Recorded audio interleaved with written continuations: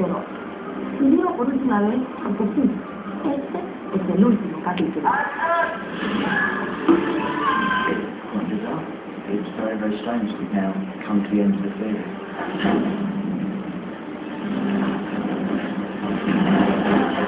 We've all grown up together. It's very strange. We've been so since we were 10. She's actually part of me, and I love playing her.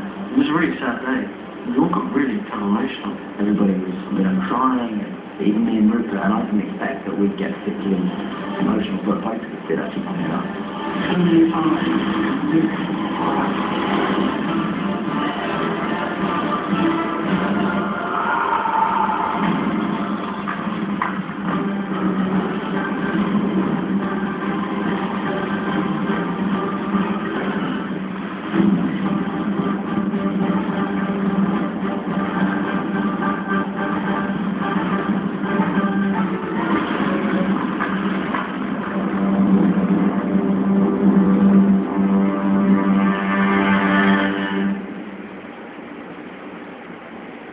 Las películas de Harry Potter han definido este milenio. En el 2001 nadie hubiera creído que una década después todas las casas tendrían internet y que el niño con cara de ángel se afeitaría la barba.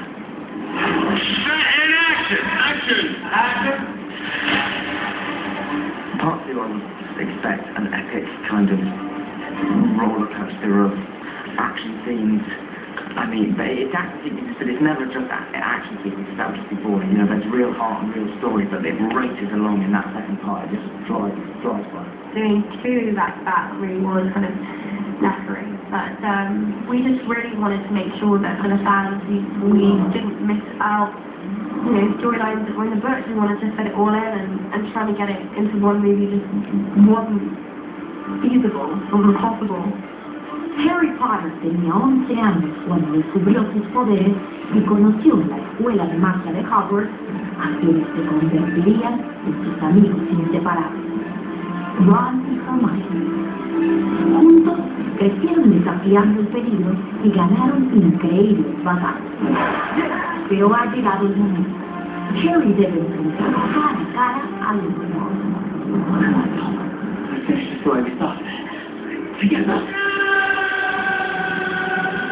En la película anterior, Harry, Ron y Hermione se embarcan en una peligrosa aventura para buscar y destruir a Voldemort.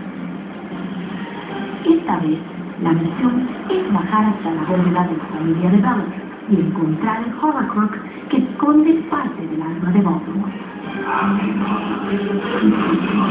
Aunque para esto deban confiar en un ex empleado del banco, el duende Greyhawk.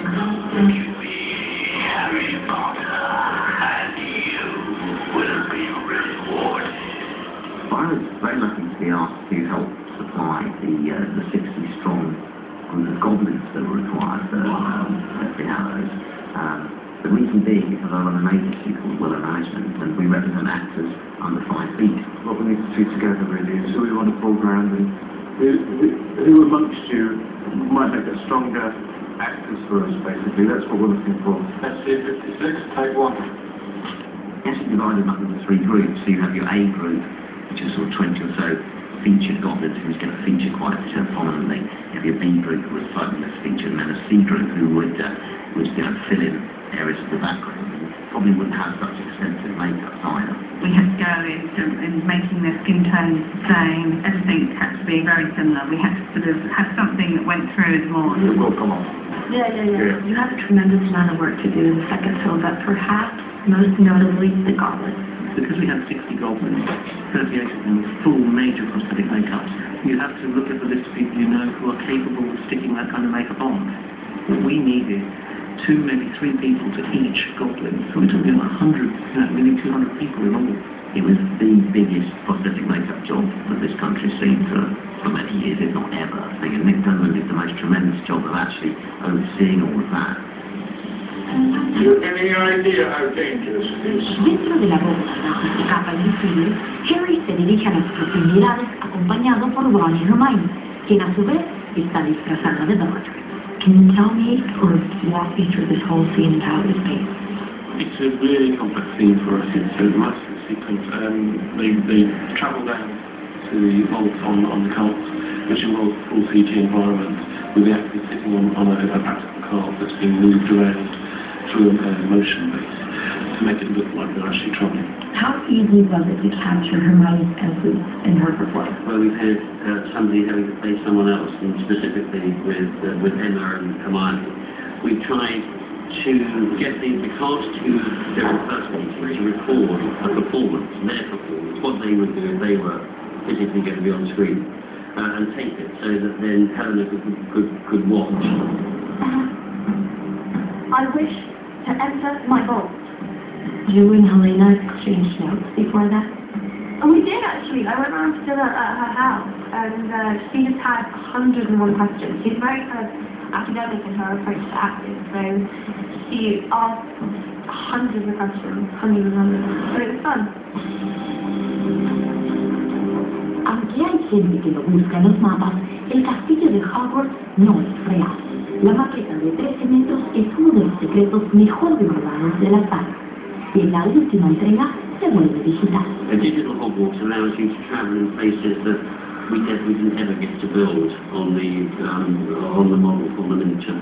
The model itself that we've used on the previous 5-6 films was brilliant, absolutely fantastic. And I remember going to see it the first time in the chefs and studio, and just the scale of it. It was a dream toy. Hogwarts is just as much a character in these films as any of the cast, really. And it has a part to play, and you have to give it the opportunity to play that part. So the miniature that we aren't using this time evolved over 6 films and kept changing. It's an organic process. Increíble, ¿no? Y pensar que nunca existió. Ahora sabes, si alguien intenta vender tu pedazo del castillo de Hogwarts, te está tomando el pelo. Tras la pausa, la batalla se acerca más y más. It's quite intense because we lose a lot of kind of really key people. Wasn't so much right, but he has his moments where it's again and where it's again.